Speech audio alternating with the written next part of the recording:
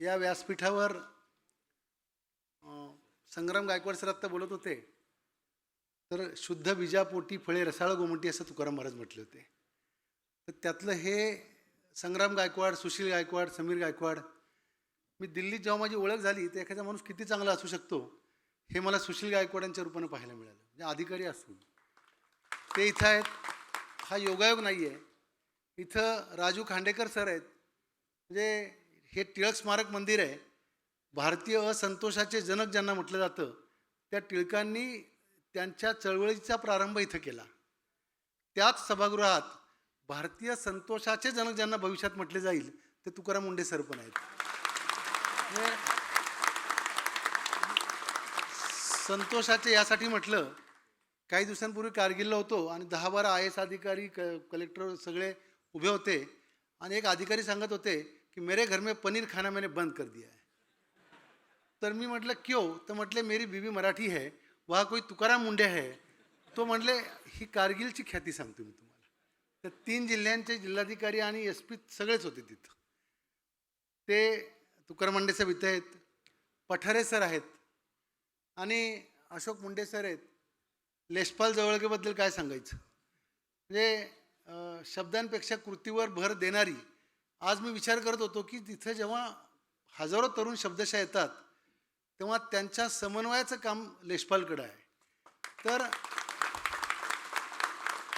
जे इथं आलेत त्यातल्या बऱ्याच लोकांना स्पर्धा परीक्षेमधून नोकरीत जायची इच्छा आहे, पण जे जातील त्यांना मुंडे सरांचा आदर्श असावा आणि जे जाणार नाहीत त्यांनी भविष्यात मुंडे साहेबांची स्वप्न पूर्ण करावी यासाठी बहुतेक तयारी आहे. मित्र, काळ खूप खराब आहे. म्हणजे बोलायचंच असेल तर सुदैवानं मी तरुण तेजपाल, खैरनार, अगदी तिनईकर, अण्णा हजारे, अविनाश धर्माधिकारी, अनेक अधिकारी, अनेक माणसं अशी पाहिली. प्रत्येक वेळी अशी आशा जागी व्हायची की आता काहीतरी घडणार आहे. प्रत्येक वेळी वाटायचं की आता आपण आणि समाज म्हणून आपण जातो बरोबर आणि मग आपण निराश होतो आणि मग आपल्याला वाटतं की अरे आपण आपला काही काळ आयुष्याचा घालवलं ती चूक केली की काय. आणि मग आपल्या अनुभवांमध्ये आपण कुणावर तरी खंत व्यक्त करतो, कुणाबद्दल तरी आपण आपली स्वप्न पूर्ण झाली नाही असं वाटतं. मला असं वाटतं ही पहिली चूक आहे आपली. आपण काळोखाला कोसत असताना हे विसरतो की काळोखाला कोसण्यापेक्षा 2 दिवे आपण लावले पाहिजेत.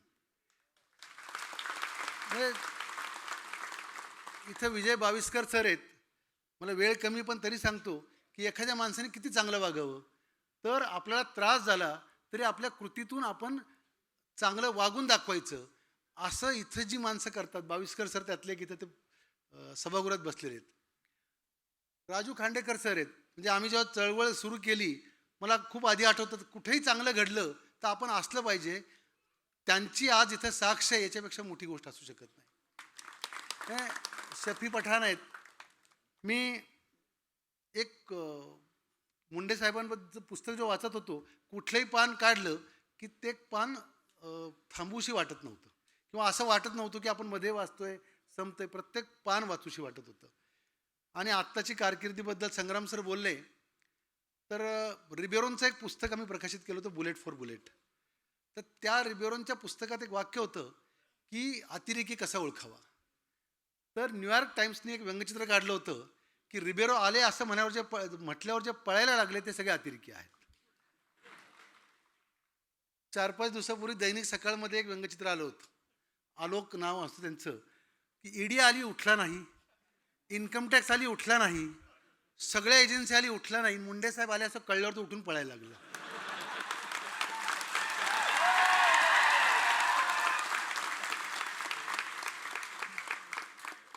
मला असं वाटतं की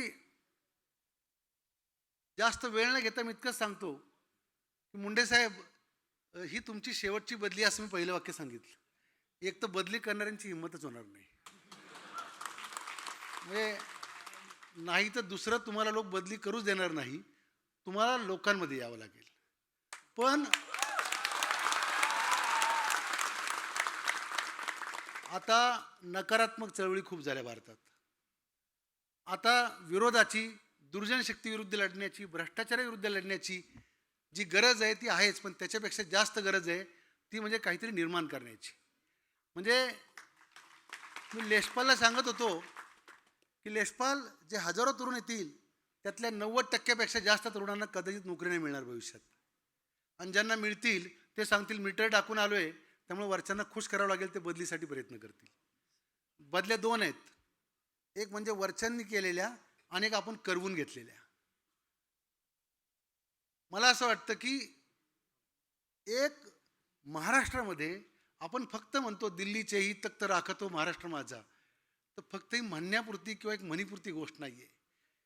आपल्याला गावागावात असे गट करावे लागतील की भेसळ नको, ही अन्नातली भेसळ इतकी मोठी आहे ती आपल्याला कळली, कारण आपल्या रोजच्या जगण्याशी जीवनाशी निगडीत आहे. विचारांमधली भेसळ असेल, माणसांमधली भेसळ असेल. आता गमतीने लोक असं सांगतात काही डॉक्टर की एक जण महाबळेश्वरला जाऊन आजारी पडला. का पडला तर म्हणे तुला चांगल्या हवेची सवय नाही, तू प्रदूषणाच्या हवेत बरा होतास.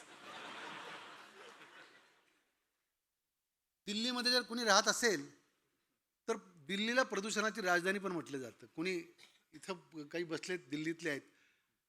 मला मला असं वाटतं या पुस्तकाच्या निमित्तानं महाराष्ट्रामध्ये काय घडू शकतं, एक घडू शकतं की जसं भांडलं पाहिजे. आता आज एक कोणीतरी मला किस्सा सांगितला, एक एक तलाठी सातबारा लवकर करू देत नव्हता, तर तो दरवेळी सांगायचा आणि मग बाकीचे लोक म्हटले यार तू त्यांना गांधी देत नाही त्यामुळे बहुतेक तुझा सातबारा होत नाही.